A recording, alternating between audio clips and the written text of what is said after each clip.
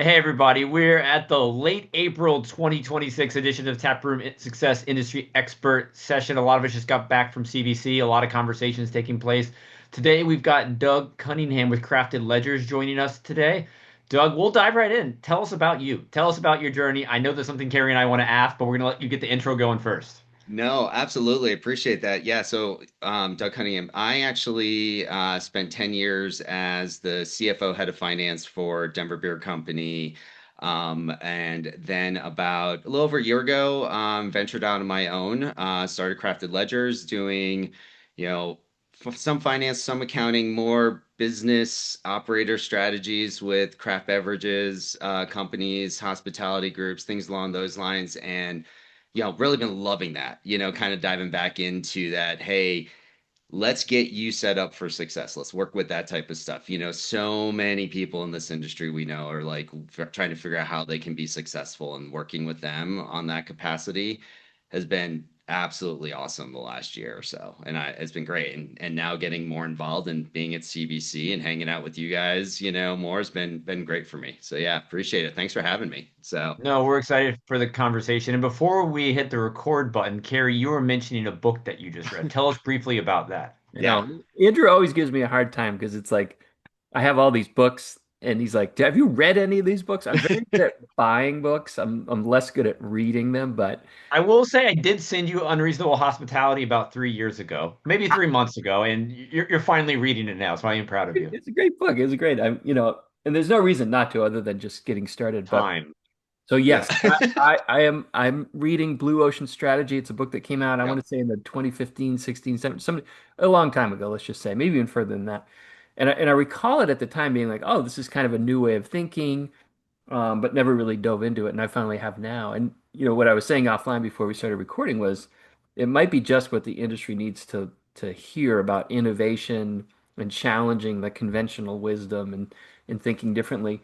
But rather than just saying those words, the book kind of outlines a framework by which you can do this. Because I think that's a lot of what's missing. It's like challenge the conventional wisdom. It's like, well, how? So this kind of lays it all out. But Doug, you were saying, and this is where I'll actually ask your question is, Yeah, that was yeah. good. Go for it. So drawing the book sort of we talk a lot about what would you draw from other industries and other experiences, and how do you Yeah. kind of bring that back to the beer business? Yeah, and so this is what I was starting to say, and I love it that Andrew's like, wait, everybody pause. We need to record this to make sure it's out So there, which true. was great.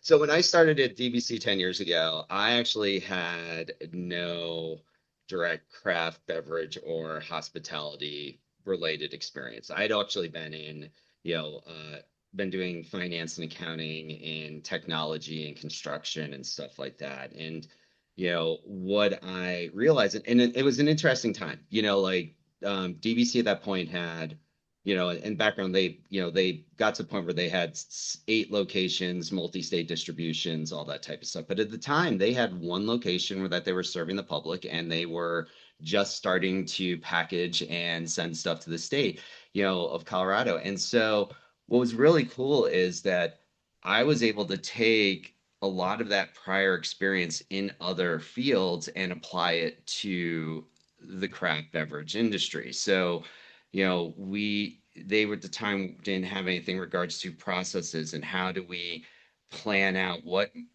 from this stuff we talk about success, what margins should we looking at, or how do we track our financials, or they were truly still at that point, even though they were growing, they were still running cash. So it was truly one of those things of being able to take 10 years of experience and drop it into a growing business, and then taking that and letting that kind of just incubate in there and become a staple of how we managed everything. So there's a lot of crossovers that people just don't even think about, which Okay, was so now you got to fantastic. give And I us Yeah. some Yeah. examples. I mean, you reference everything you learned in your career Right. prior to coming to Right. Denver Beer Company. What are some of those things that they didn't have in place at Denver Beer that you took from your past life that actually were really valuable systems for the beer industry?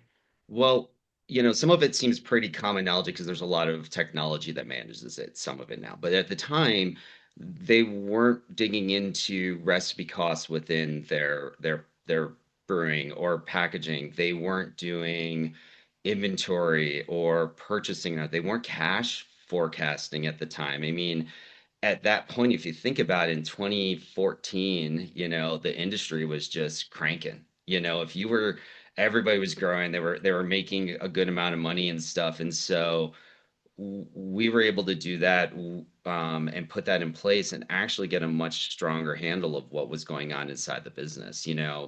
We looked at, also setting up the tap room to be able to track a lot of the stuff that's been pretty, starting to get more common now, or at least wanting to be more common now, of what's the labor, how many hours are we working at? And I had some of that because we did a lot of job costing in the construction industry. That was huge, because you were going out and bidding these big jobs, or you're bidding stuff that you needed to know what was it going to cost you, instead of just kind of throwing stuff at the wall and seeing what stuck, so that was a huge thing, and I loved the fact of also then it was able to take that and teach it to the other people. So it wasn't like, hey, it's going to live within one person, and that's the hard thing that happens in the brewing and the space, is so much lives within the owner and stuff, and I was able to go and take that and teach it to, our production director, or our head brewer at the time, of being like, hey, let's do this and let's set up how you should track this stuff. Like, do let's build it. You know what your recipe is. Let's build out the cost of that, so we make sure that what we're sending out is, or selling, is priced right. So yeah, I mean, that's a long-winded answer to what you said, but that's kind of like a lot of that stuff was a discipline in some ways. So yeah. Yeah. It's funny, the things you had mentioned, I still think there's some room to run for the industry. Recipe costing. I work with breweries all the time. They don't have it. Yeah. It's Yeah. not a thing. We vaguely know it, or we understand the material part of it, but the labor, not really sure. The overhead, I don't know how to inventory. Yep. And maybe for folks, Doug, that are listening, because you've mentioned a couple times they were on cash.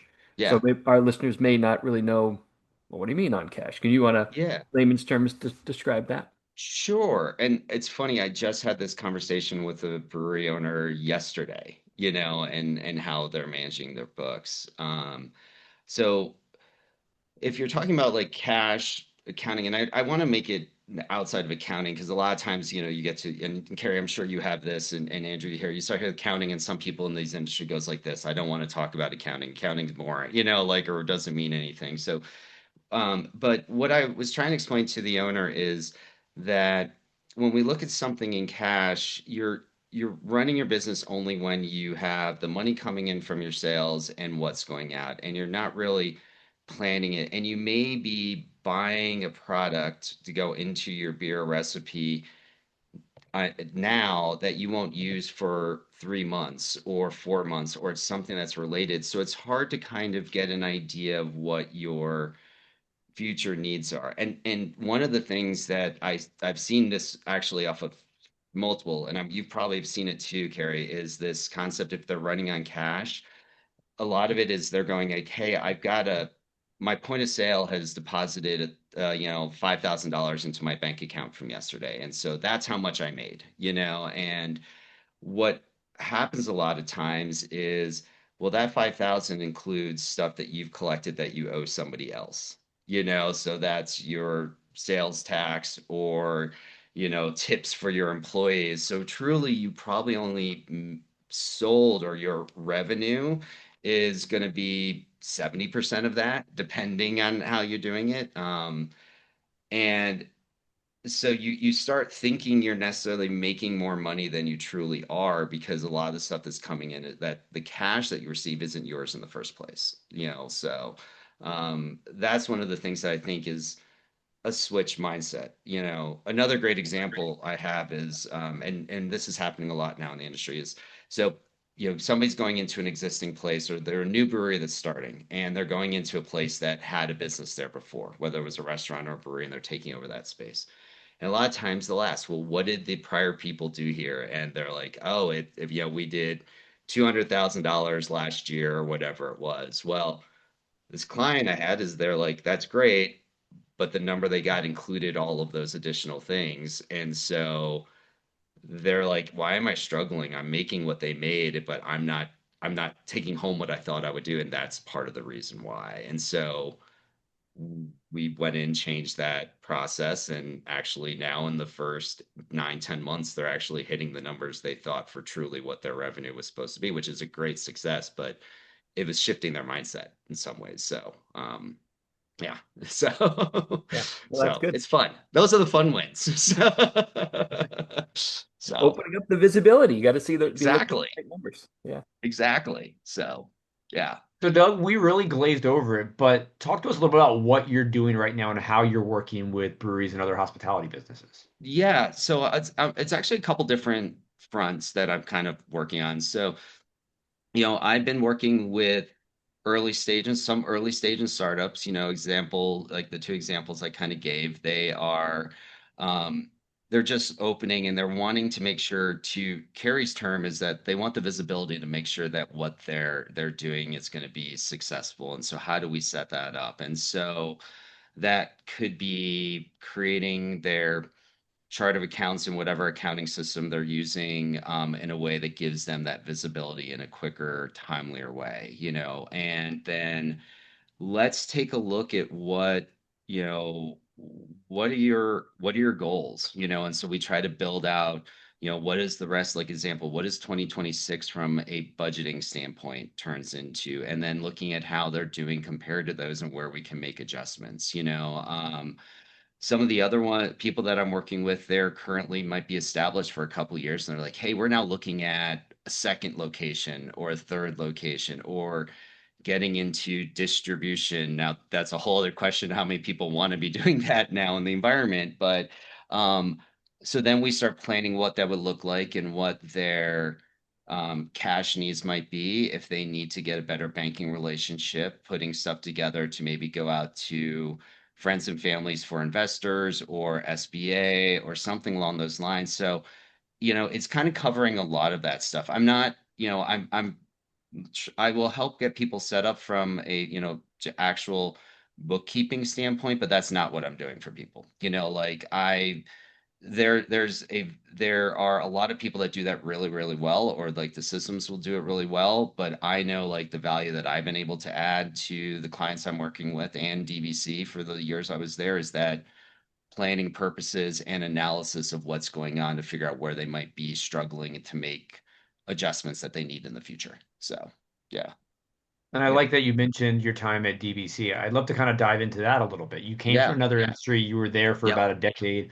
What yep. are some of the experiences you had as CFO there that you couldn't have got anywhere else?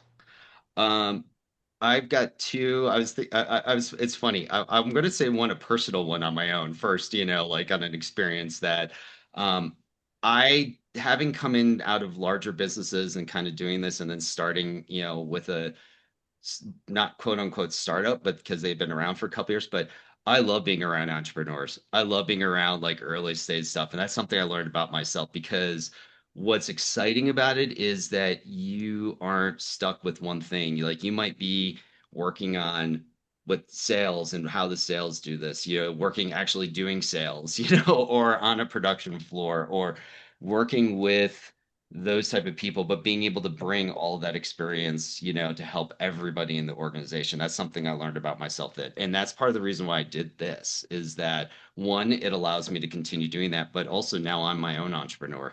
I have to do all that type of stuff, which is kind of interesting. I think we were kind of going with some of this is what it's funny you can say, could you learn it someplace else? Maybe, but some of the stuff that I really learned was there's a lot of times that what we thought was going on in the business from what we thought was a great product, like what was it? We all were like, this is going to be the best beer that's out there. And you put it on tap and you go out and you're ready to start distributing it. And you know what happens? A lot of times it's not. So I think that there's a lot of actually learning that you have to understand your customer base, understanding what's going on around you, more that you are an expert of what's, maybe how to do it, but maybe not necessarily what everybody wants that's out there. And I found that to be super interesting as I kind of grew this whole thing with them all for that time. We all think we're experts and a lot of times realize we have to be humble about it in some ways. So yeah, yeah. Yeah, like it's funny you said that about because so much is experimentation, right? Yeah. And Yeah.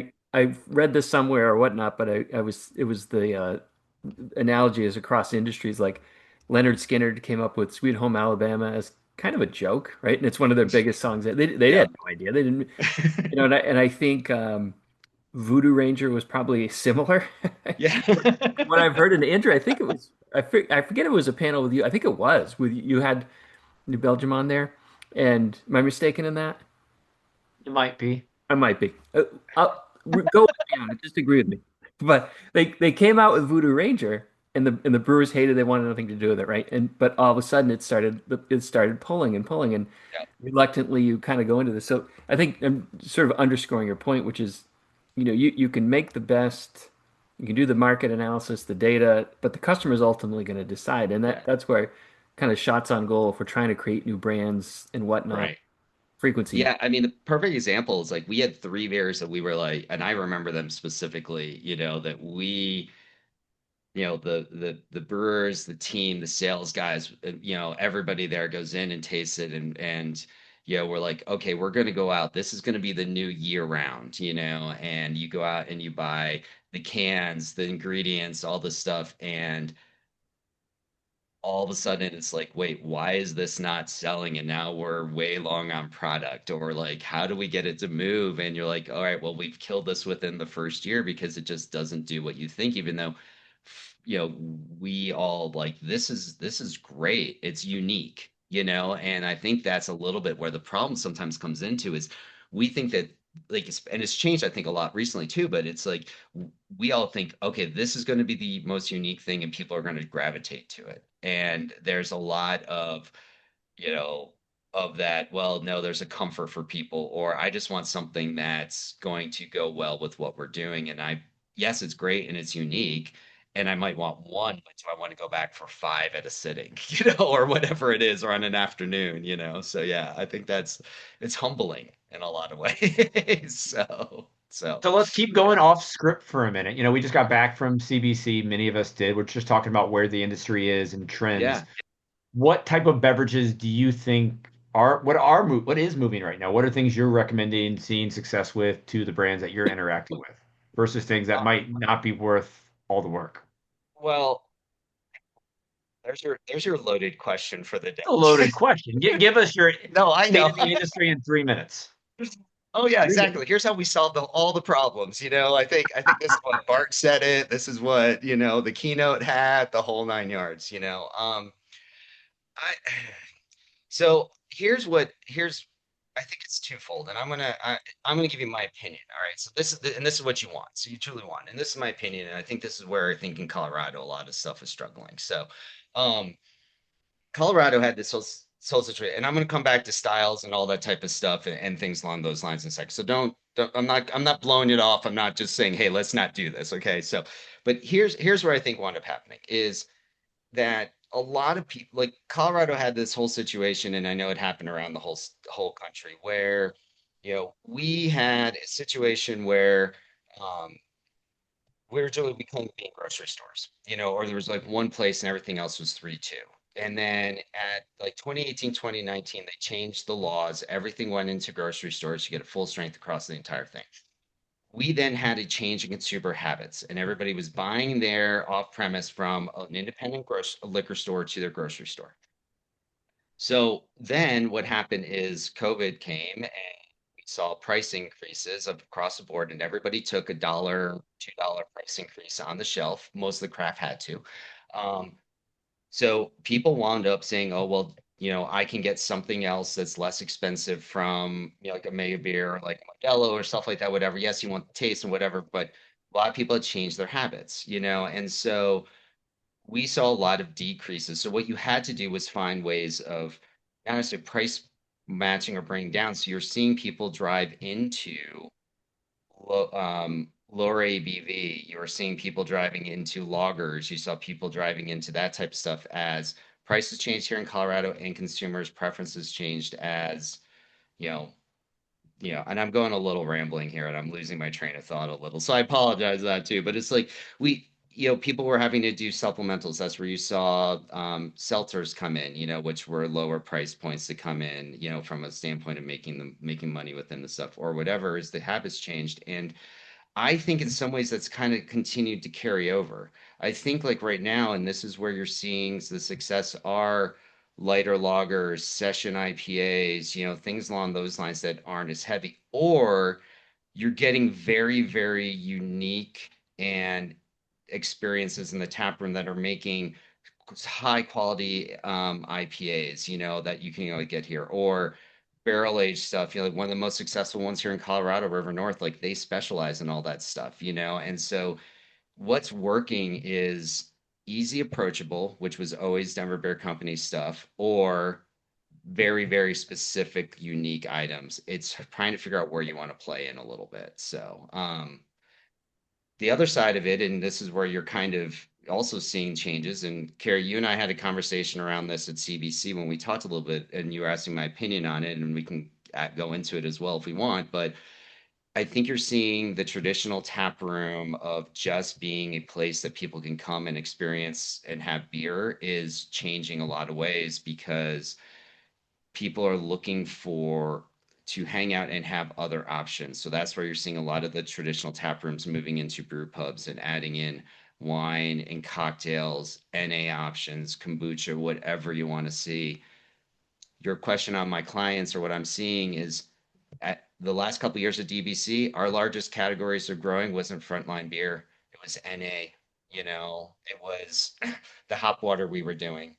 You So I were think, doing so. Well, you doing your own NA in house, yep. making it yourself, Yep. Yeah, well, no, we and were you we were bringing in NA. We were moving in that direction, of course, because it's all like, hey, we got to. Do we have the pasteurizer to do yeah, it? Blah blah blah. sure. Things along those lines. But we were doing hop water, and we saw that jump in. There Why don't was. more breweries do hop water, Doug? Like there is not a single brewery until about 2 months ago within 25 miles of my house that's just started doing a hop water. Why not? Why do you love hop water? Um, Personally, what I find is it's a great thing for if you're doing a longer outdoor, not even outdoor, but a longer consumer stuff. I love the fact of like, okay, especially as you get older, this is the fun part about getting older in some way. I can have a beer, but I need a break or I want something else, but I continue to get like the flavor profile, things along those, but get that to it, and then I can continue going on without feeling like I'm totally changing stuff. I also love the flavor of beer, and it gives you that without some of like where you don't necessarily maybe I don't want the alcohol side of it and stuff. But I think it's a great supplement. It's a great way for people that like can't drink as much as they used to, but to continue to get the flavor profiles they want. And I think that's why you're seeing, you know, you know, like here we've had a couple that have been doing it over the last couple years. We found it very, very successful.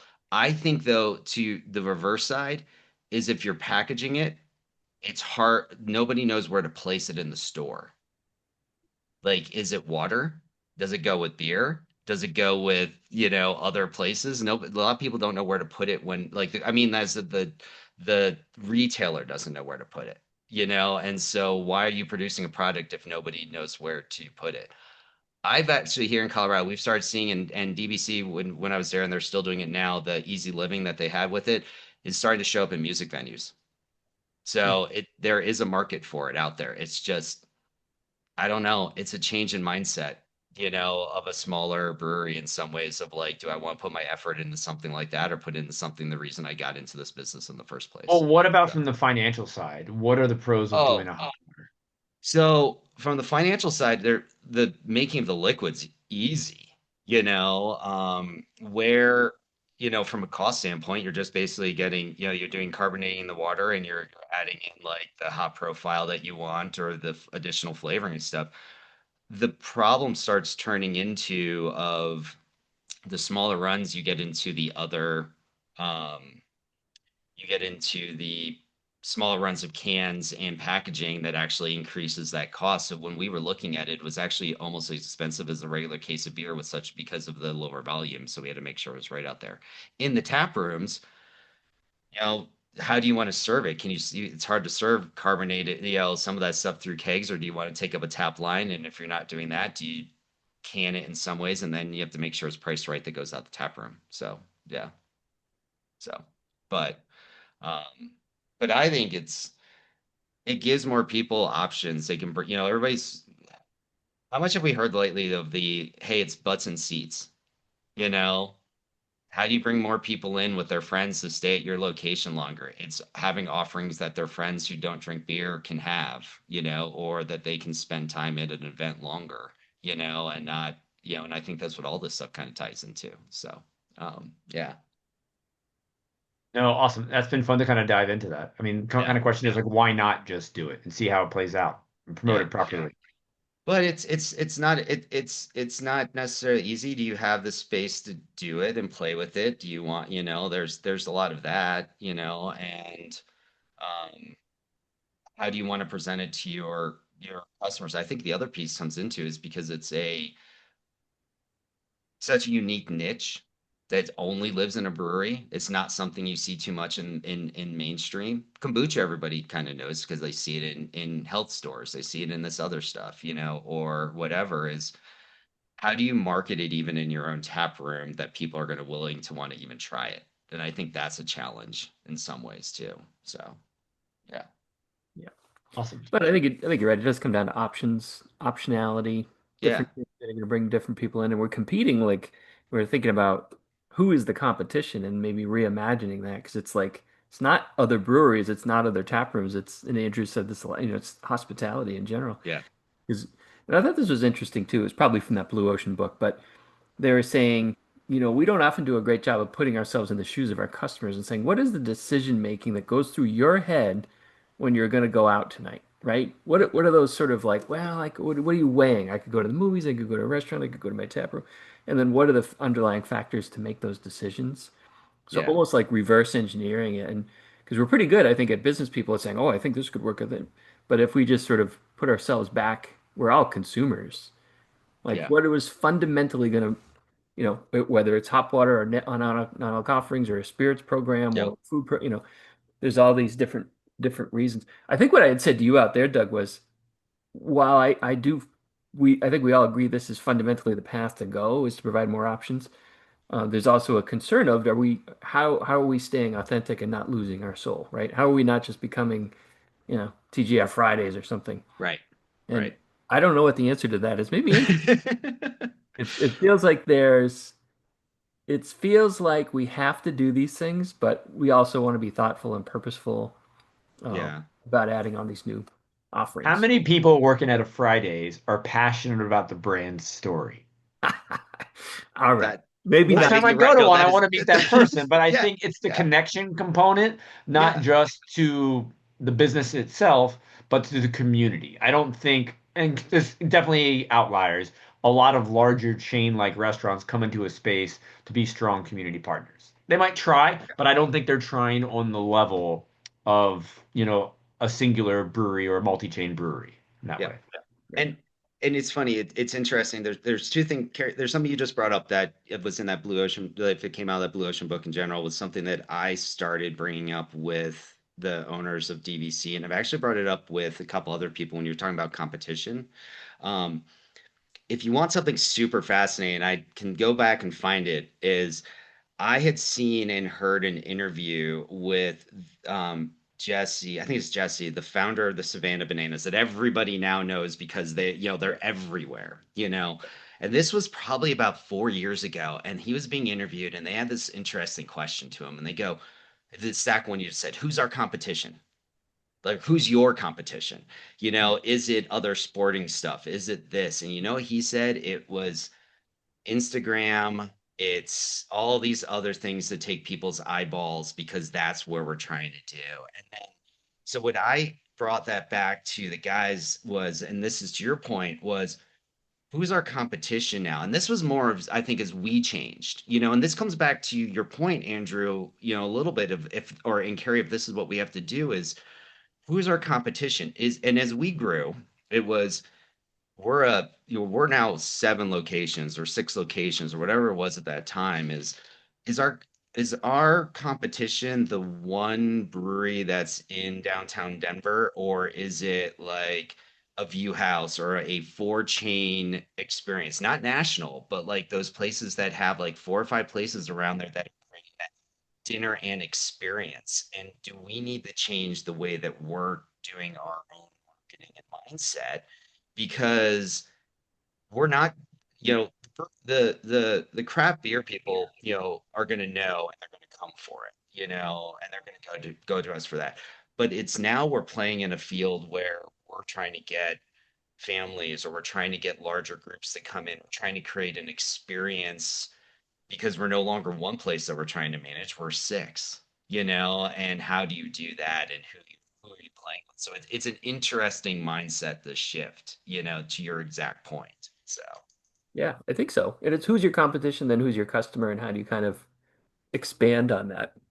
But I think these are interesting, as because I thought CBC was great. You come out of there like excited and ready to run through a wall and all that. And um, but it's not just okay, things are tough, it's going to get better. What can we actively do to try to improve?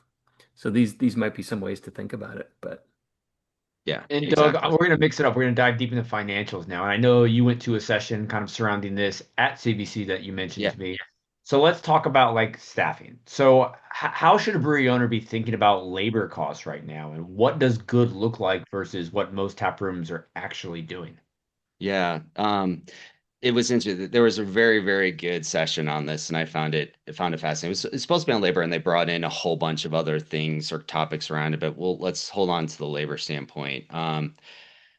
You know, the piece that I want most people to understand is there's not a magic number. Everybody goes like, what should be my labor per barrel we sell, or what should be my labor per revenue hour? And so much of this is going to depend on if what your service model is, because if you're like, hey, we're a bar service and everybody comes up, it's going to be a lot higher, or we're doing table service and so it's going to be a lot different. If you're doing now you have back of the house. Let's say you're doing food in houses some people are moving to. So, that's where the caveat kind of comes from. So, but what I know and what we've seen directly is, in DVC, we started looking at this, is we started diving into how are we staffing um per hour or per day based on our where everything was coming from a revenue standpoint. Like do you have people that are there that are not um a lot of people I'm seeing are overstaffed is kind of the interesting thing because they're having people they're assuming they need the 8 hours and they're not matching their labor to the revenue that they're doing. There is a minimum like, hey, I need one person behind the bar and I need a brewer, or whatever it is, and you can't get away from that. Where things get into the problem is like, hey, I know I need to give my staff members 30 hours a week and so I'm just going to schedule them and then they're not actually working, some of those. So I think there's a lot of that matching yours, making sure your schedule is matching to what your labor trends are doing. And this is where, you know, we all have great point of sale systems, and a lot of these things are going to give you a lot of this information in terms of like when your most sales were occurring throughout the week, throughout a month, throughout a seasonality in some ways, and making sure that you're matching up a lot of those labor times and scheduling to those things. So that's kind of where it came from, that labor standpoint is that to me, I think that's key, and in some ways not being afraid to, it's slower. Maybe we need to figure out if we can let somebody go. Or if you're too much, there's even making small tweaks, like can you bring somebody in 15 to half an hour later than you might have originally expected? Um, that makes a huge difference in the long run. So, yeah. So, Thanks, Doug. yeah. yeah, I I think a know lot. it's one of those things everybody wants a specific answer, and the reason I want to say that is and this is living in it, when we were at DBC, we had, at each one of our locations, almost all of them had a slightly different business model. So the downtown Denver one was counter service, and they just came up to the bar and ordered, and we'd have a person sweep glasses, but we didn't do anything else.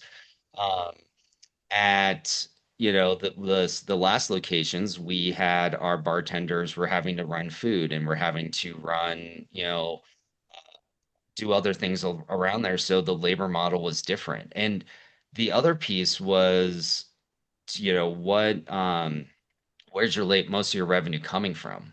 We wound up having places that were 65, 70% beer and drinks and 30%. And the last places we opened were 50 food, 50 alcohol. And that created completely different labor needs. So that's why it's hard to kind of come up with one straight answer. But it's figuring out your business, figuring out what works. And let's say that you're like, but this is the service I want to give. It's like, okay, great. Let's see where else we might be able to make adjustments so that we're still being profitable. And that might be, I know we talk a little bit maybe about this is cost analysis, or hours of operations or whatever it is to make sure that you're still being profitable. So, and that was, I think that's a key factor to that. So, yeah. Yeah. And I think some of it is just starting to measure it, Yeah. and like we talked about, like benchmark against yourself, because I agree, Yeah. it's like the numbers that are out there for industry averages are like just not sure how useful that is. And Right. also agreed people just want a number, and so I sort of eventually just say, all right, here's the number, right? But you know, Yeah. what should Yeah. my back house labor be? 30%. It should, but Great. you kind of Yeah. anchor off. Here's your answer, and then here's maybe a more effective way to kind of measure it. But I like that. Break it down into different, Yeah. back of house, front of house, production. Yeah. Help. And that's the Better. other piece too that some people forget about is like, wait, how do I factor in the production side? And here's the thing that it's funny. We're talking about like the people I've been working with and they're being more startup and uh, is we put together a projection of what we think 26 was going to look like, but literally they had opened up 3 months before that. And so we assumed what the costs were going to be for certain things.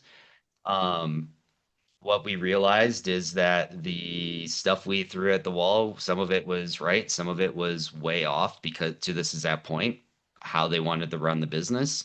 So we changed the model, the projections for the rest of the year from a cost standpoint to kind of really true dive into where okay, now this is truly where it looks like you're going to be profitable and not profitable. And then we could start making those decisions on where we want to make adjustments or if we want to make adjustments or if they're happy with this new reality because it's getting to what reality looks like. So that it's also being to your point, being flexible enough to make changes, those adjustments and once you learn more about what's going on inside your four walls. So, Yeah. Well, labor's a tough one. I mean, it's yeah. probably the biggest cost. I mean, it's debatable. You got to look at your own circumstance, but it's also the one that's probably most misaligned with, as you said, the actual revenue that's coming in. So having Yeah. systems, trackers can help with that. One of the things the gentleman from that session I talk about too is like so many of these places have the owners and founders are working bar shifts or they're working other things and or they're not taking a salary, especially early on, like they're just taking some money out of the business when they can. Um, but how do you factor in like if you truly had somebody doing this, you know, what hours do you need to count for or what would like if you're doing a bar shift, but you're not on payroll for some reason, do you want to account for that and what you're thinking is truly costing you to run this? Like, okay, I would actually have to hire somebody, and that should be a factor in what's going in. It's maybe it's not maybe it's not reality, but it should be in your thought process as you make plans because hopefully you grow and you're not doing that. So you then will need to make sure you have a person that's accounted for in those roles. So it's so hard. I mean, everything's so much harder than it had been, 3 years ago, 5 years ago. So yeah, Well, is it scalable to keep, working behind the bar in addition to yeah, wearing all the other hats that an owner is doing? Well, right now it's right, saving money. Is it the long-term right business decision? right. Because they get caught in the weeds. It's a conversation I had, and this is not a new term. Everybody's heard it. It's like, are you working in your business or on your business? And so many of them want to be working on their business, but they can't because they're in the weeds. So they're 100%. stuck in the business. So yeah, yeah, So let me ask you a financial statement question. So if we are looking at a brewery's books and inevitably you're going to find something that's off, right? Well, this or that. Are there any common threads, like as you're looking, things that typically like the owner doesn't even have an idea that it's a problem that you can bring to their attention? Does anything come to mind at that? Um, yeah. No, I think this has to do with yes, and what I realized, and I actually had done a whole I done a thing at the Colorado Brewer Summit on this a little bit too, was they don't truly know what actually their full cost of what they're selling is. You know, like a lot of times they're thinking of, well, one, either one, they're not tracking it. That's one of the biggest things, and this is I think a great example of it in some ways is, you know, going back to one of my clients now is like the place that had just been serving beer, didn't have other stuff, and then you bring in additional, and DVC had this too, actually, in some ways. You bring in additional products, and guess what we saw and what this client's seeing is those additional products are actually what's growing their top line revenue, but they're actually more expensive because they're not producing them themselves. It's stuff that they're buying. And I'm not talking food. I'm even just talking about other beverages and stuff, like if you don't do that. And they don't understand it. So they're blending their averages together, like their costs together. And for me, a lot of times it's like, well, let's take a look at what areas of your menu is driving most of your revenue growth, and what areas of those things is driving the most your cost, and so figuring out those has been key because then the owner knows where to focus their effort in. Averages can kill, like it's, and there's seasonality to it. There's all that stuff that gets way down into the weeds. It's really just getting an idea of like, hey, you can't run off of averages. You really need to kind of look at what your true cost is. And then factoring in, like, if you're, let's take it to the next step a little bit. If you're doing some type of distribution, whether that's self or not to stuff, are you thinking that your cost of, the product, but also like, hey, I got to deliver it to somebody, or, that type of stuff. So I think there's a lot of times that they're not truly looking at the true cost. And one of those things that everybody comes to is, let's do the reverse, like, well, that's not even the reverse. You're saying it's an income statement, or P&L question is they're seeing that their revenues dropping, or their as you used in your stuff, the EBITDA, or their cash that they're taking in is, which we know is not exactly, but let's just go with it for now, uh, is less, even though they're driving more sales, is that shoot, lost that train of thought. Damn it. No, but I mean, so they're truly kind of not. Oh, I know this is it. So the question is like, oh, well, I'm not making as much money, so I need to cut cost, and that may not be the answer. It might be you need to take a look at what's selling from a menu analysis and drop. You might want, maybe you've got some very low performing, high cost items on your menu in some ways that maybe you get rid of and you put something that actually might move better. So I mean, everybody's first thought is let's cut costs, and it's truly, let before we say, hey, let's cut costs, because that can have m- more negative impacts than a lot of owners believe, from a, I cut labor. Well, now my service is bad and people don't want to come anymore. And so my service is, because I give bad service, but I can't give the service I want with the people, but I can't afford the people, or one of the examples we had DBC, and I've talked about this in a couple different things, is we had a product where we had costs from our supplier was going to go up 40% on some of the main ingredients. Um, so what we started doing is re-engineering the recipe build and completely changed the flavor profile or the experience for the customer. And we had a high performing item go to lose a lot of the stuff. So your first thought of losing costs, you don't also have to, or cutting costs, is you have to also think about what's the stream going to be down the line, whether that is changing your experience to, and what your customers are going to perceive you, and what the products are putting out there. And so it's not always the right answer. So Yeah. Yeah, it's funny. As you were saying, I remember way back in the day, Carlos Brito running Anheuser-Busch. He Yeah, basically stood up in front of the crowd and was like, we want to cut costs, but the sort of lens that they look at is, will the customer even notice that this is no longer there, right? yeah, So it's a good prompt. It's not perfect, but it's at least sort of framing it in cut costs where um, yeah, think about the customer first. If they're not even going to notice it, it's probably a good candidate to put on the yeah, table. yeah. Um, Going back to what you, Especially, oh, go ahead. sorry, especially as things get more complicated and you're adding more things in. Sometimes you're adding stuff in and you don't know how it's going to be. And so then maybe that's something you want to get rid of or find a different partner, especially with whether that's the food partner or whether that's what additional non-beer products you're selling. Maybe it's maybe the partner you're working with isn't who you want to be working with versus just, so there's multiple different things before making those snap decisions. You said it earlier, and this is the way I frame it, it's visibility. How do we get more visibility into what's going on in your business financially and, action wise and stuff to know where you can then make adjustments to make things better and more efficient for you. So, Yeah, yeah, agreed. I think that's a good place to start is, what's our beer actually cost? And yeah, particularly if you're distributing it, gotta yeah, know. You gotta yeah. know. Because not all sales are created equal, right? You're out there growing sales. Where's all the money? Yeah. Well, and a lot of the thing that that we had talked about at one point was on this talk was about if you're working with the distributor, and I know depending on we're talking about tap rooms and stuff, but if you have the holistic business and you're working with the distributor, a lot of people don't even factor in that you get chargebacks and billbacks from your distributor, and you should factor those into your profitability because if you're giving away, a couple cents per cases or $1 per case, depending on what those billbacks, those actually cut into the margin of those cases, and you should be looking at those things. That's for the people that are having to deal with it, but it's just an overall mindset is kind of where I'm thinking along that. So, yeah. Yeah. So, Doug, not everyone is as nerdy as you and Carrie on the numbers.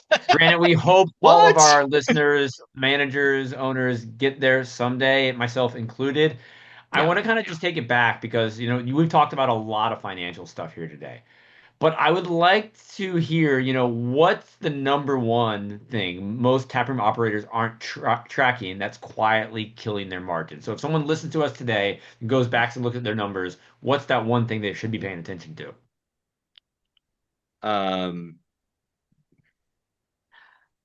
my number one thing is to go back and know exactly what it costs you to make your product. I mean, we talked about it. Let's not talk into financials, but it's like, yeah, that's key for me because that's where you can make real changes and real adjustments once you have that idea because it's interesting. You could realize that, oh my gosh, I am actually losing money on this because it cost me so much to make this specialty IPA and I never realized it. And I'm only selling it for $8 a pint across the bar, and um, that's where I think a lot of people kind of get lost. And that's where I talked about like the averages. I have a client right now, and I keep asking him about this. I'm like, it's actually on the distillery space, so it's a little bit different, but they have a parlor and they're selling bottles across and stuff, and they work with stuff. And then like, you're not tracking stuff in certain ways. It's like, well, we haven't had time to put that visibility for us to know truly what this cost is going to be. And I'm like, let's fix that first because once we know that, then we can know, are you selling your cocktails correctly? Are you pricing things across it? Everybody's like, I'm going to raise prices, or I'm going to cut costs as we kind of dove into too much. But I really think the idea is knowing what's going on from a cost perspective is huge. And we all have that information in some ways.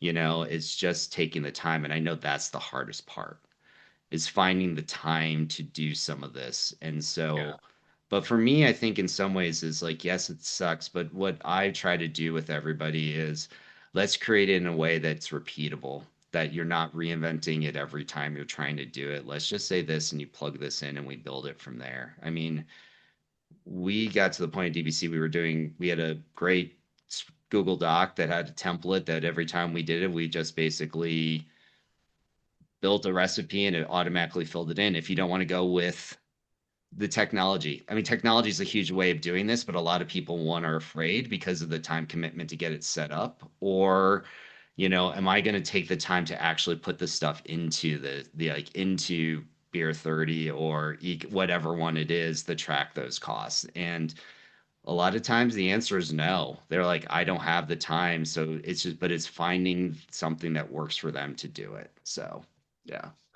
Okay, I've got a follow for you as well, kind of following that thread. We all know brewery owners, managers are busy. I've said that a couple times this Yeah. go around. And this call, we're here to talk about, financial systems. So, what does a realistic monthly financial routine look like for a single location brewery owner? And what should they actually be reviewing and how often? We hear Carrie tell us all the time, so I want to hear your perspective. Wait, should I just let him do it and say I agree or not agree? That might be more fun, That So that would be fun, actually.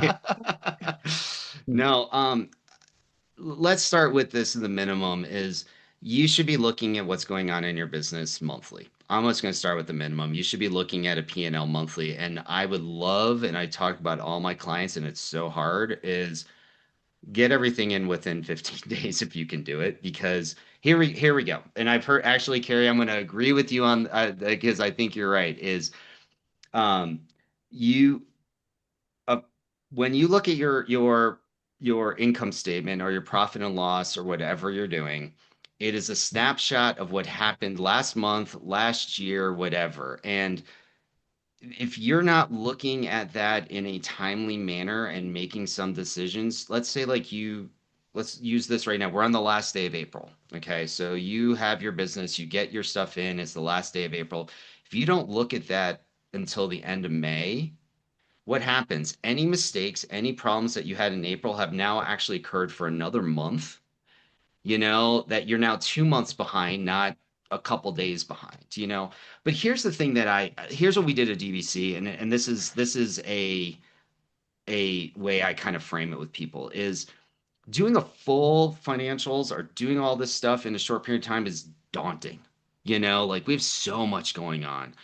So what we wound up doing is what are the key things that we need to know from to make a decision sooner.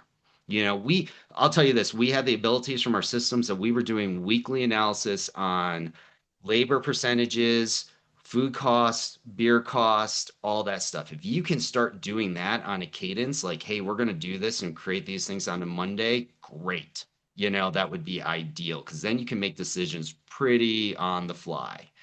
But what we would do is we would send to our production people and our general managers what key things can we get right away. All right, well, here's how many hours you had. We know what you made because that's coming into the bank account or on our point of sale. Here's the number of hours that you had. So here's your revenue per labor hour. How's that to what we had at that? And we would get that type of information then to a couple days. You know, we know what our food sales were. We have an idea of what invoices came in from food. Like we would love to do it from like match everything up. But is our food cost because that, especially because that's a big driver, especially as everybody's going to hospitality, is like food costs can take money, cut margins really fast. So I think what I'm getting at really, Andrew, into your answer is labor's huge. The sooner you can look at that from like, how many hours because you paid payroll, you have how much you brought in the month, come up with that to figure out if that's where your target is you want it. But pick three big drivers in your business and figure out the easiest way to get those things answered to you on a weekly, bi-weekly basis and let the rest of the stuff come in later, or fixed later because visibility and decisions and stuff in a faster time is what's going to actually save you and save your business faster than like, hey, did I record my rent? Did I record my Comcast or whatever your internet bill is? It's really how do I pick these five things that are my main drivers in the business? And that's kind of what I would say. So Yep. I like it. Awesome. Well, Carrie, as we wind down, is there any other questions we missed asking Doug today that he could answer in just a minute or two that you think we should throw his way? Last questions for Doug. Last question Oh for boy, Doug. here it I know comes. our usual question is like a one action item because like, we talk about a lot of good stuff I think today, and some people hopefully the wheels are turning. But if you were to give them like one kind of next step, like what should I do next? Like what's one action item that's going to kind of help them out, better understand their numbers, improve results in their business financially? Well, a little bit of what we talked about, like figuring out that right cadence, what it is. I what I've noticed from the people that I've started to work with and how they can better do it is find out what's driving your revenue and your business so you know what costs to actually look at. What's growing, what's not growing. We all have point of sale. Look at your menu. What are your big items? And make sure that those things are cost appropriately.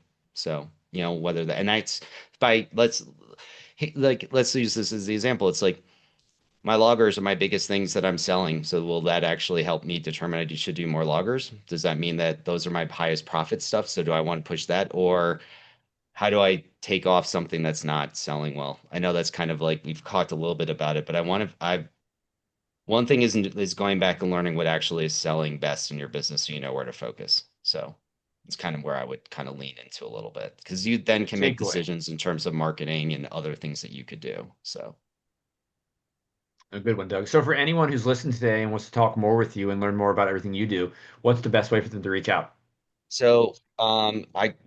people can email me directly. It's Doug at Crafted Ledgers. I also have my websites, www.craftedledgers.com, just like all of us and stuff. And Doug, what's your phone number? I'm just kidding. S- You don't have to give a phone number. I just wanted to see if you Oh, would I do was it. going to give you the business phone number, the one that I ignore. So no, depending on where it's like I'm actually my information's also on the BA website, so I'm part of their allied membership and that type of stuff, so they can find out a little bit more about me there, and then Colorado specific is also, but yeah, those are probably the three main places. So Awesome. Well, Doug, it's been great picking your brain and having conversations with you quite a bit of times recently. So thanks for hanging out with us and yeah, everybody. Hope you went back and watched the session as well and enjoyed it and reach out to Doug if you have any questions. But we'll see you soon. Cheers, Thanks, Doug. everybody. thanks guys, really appreciate it. It's been a blast. So. See you.